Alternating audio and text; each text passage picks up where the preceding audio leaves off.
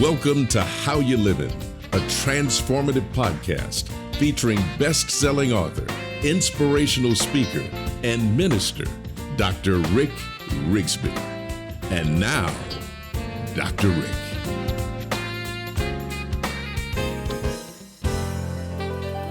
Hello, friends. Thank you so much for joining us.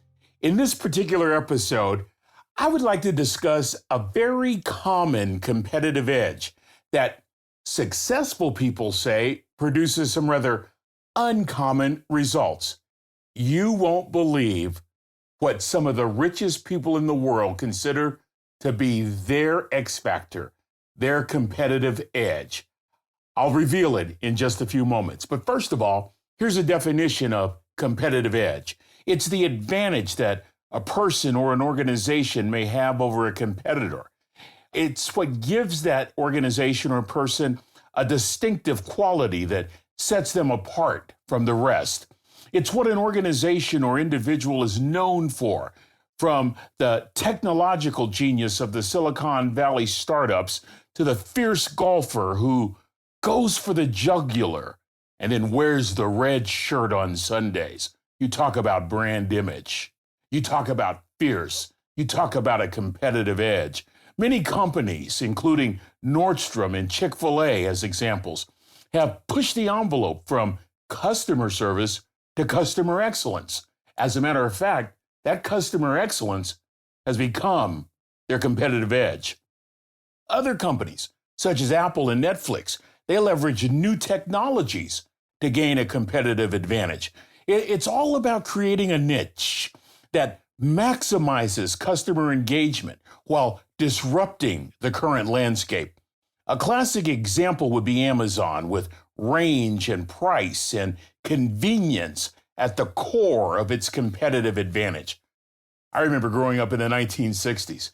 I remember when banks were only open Monday through Friday, and they closed at 3 o'clock in the afternoon.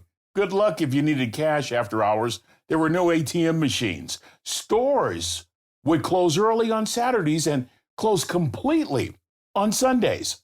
And it would take several days to get pictures back from the drugstore. We submitted the film, and you had to wait until the film was developed. And if you wanted to order something from a catalog, good luck. Weeks, sometimes even months. Friends, never in a million years would I have ever thought that I could order an item in the morning, have it delivered to my doorstep that same afternoon, and have everything ordered on my smartphone. Oh, baby. According to experts, Amazon maintains its sustainable competitive advantage by employing a couple of strategies that produce high volume, low prices, and fast delivery. And I love the ingenuity. The ingenuity is something that characterizes the United States. For example, throughout the history of this country, the titans of industry have sought to develop a competitive advantage that would disrupt the status quo with profitable, affordable products and services. I love learning about these companies through reading books and articles and blogs and posts, even from watching documentaries on the History Channel. Among my favorite shows, Cars That Made America and The Food That Built America. From Henry Ford and the Dodge brothers to that great chocolate manufacturer Milton Hershey, all the way to Clarence Birdseye, the father of the frozen food industry. These unstoppable pioneers, fueled by the hope of striking it big and defining their competitive edge, would not only disrupt existing conditions, but they actually changed the way Americans lived. Whatever the endeavor, we're all looking for that edge, that spark. We're all searching for that way to disrupt, to break through to the next level. I think about basketball great Michael Jordan, whose competitive edge was stoked by the words and actions of other people. Jordan said, quote, "Those actions and comments put logs on my fire. It kept me fired up all through my career." Here's one example. Like the time his university coach at North Carolina, Coach Dean Smith, refused to include Jordan on the cover of a Sports Illustrated front page with all the other starters. Jordan says he understands now. He understands that the move could not include a freshman. But at the time, the coach's decision put a log on his fire.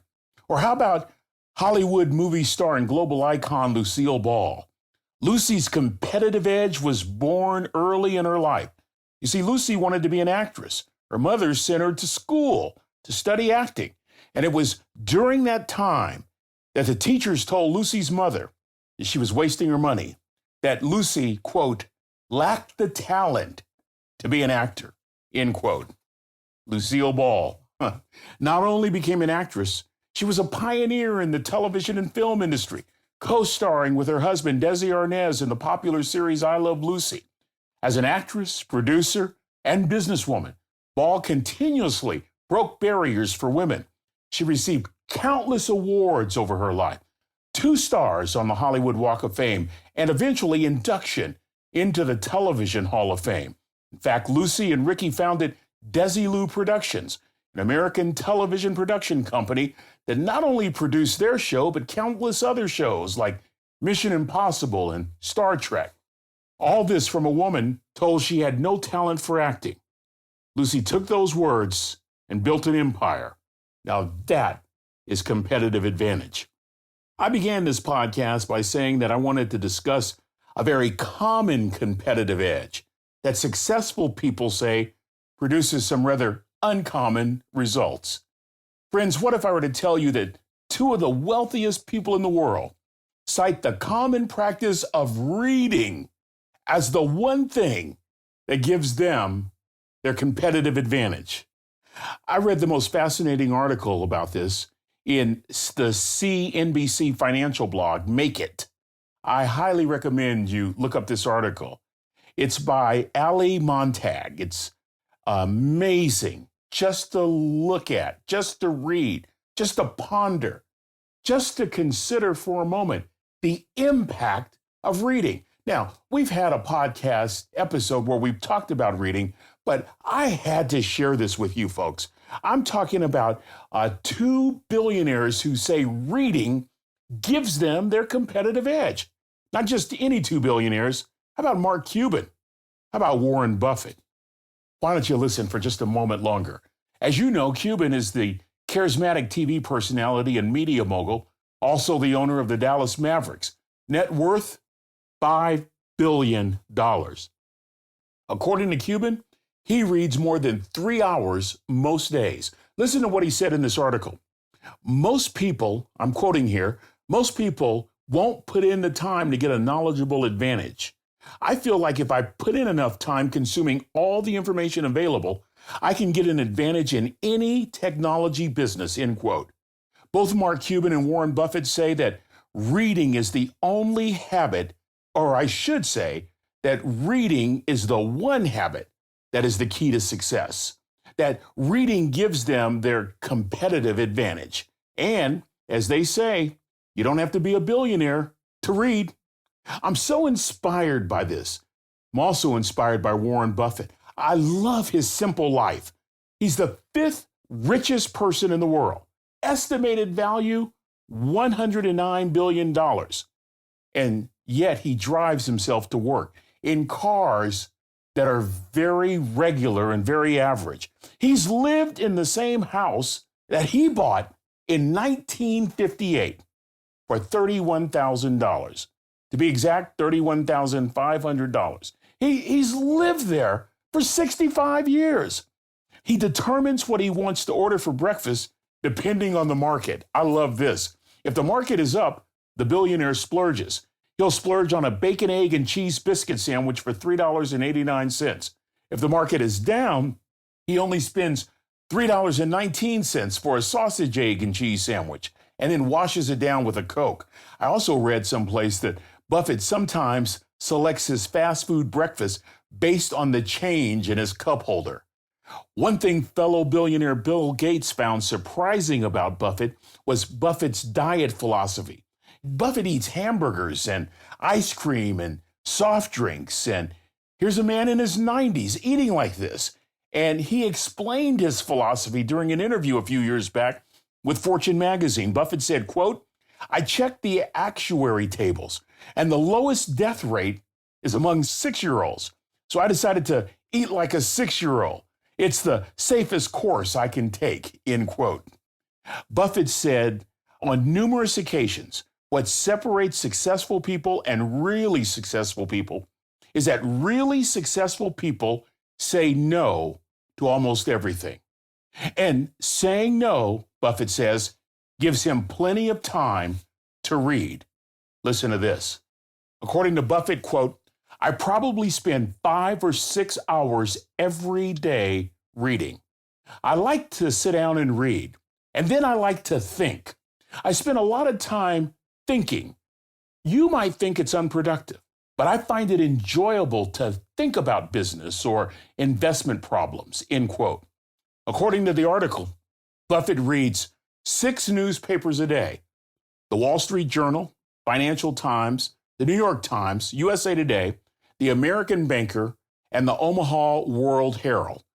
On one occasion, Buffett gave the following advice to Columbia University students taking an investment course.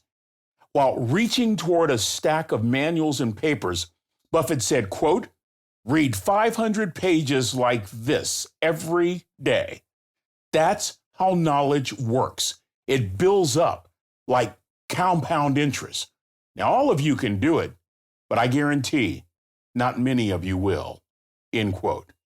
Both Mark Cuban and Warren Buffett, a couple of very wealthy people, are telling us, all of us who will listen, that anyone can gain a competitive advantage if they're willing to sacrifice, put in the time, and read. Go figure. Practicing a very common thing, according to these 2 billionaires, can lead to some very uncommon results. Why don't you think about that for a few days? That's going to do it for this episode. Until we meet again, this is Dr. Rick, asking the most important question I can ask. How you living? Are you ready to make an impact in your world right now?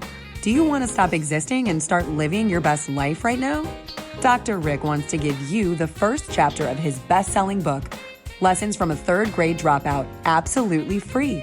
Just go to www.rickrigsby.com/free gift to get the print or audiobook right now. This is the podcastfactory.com.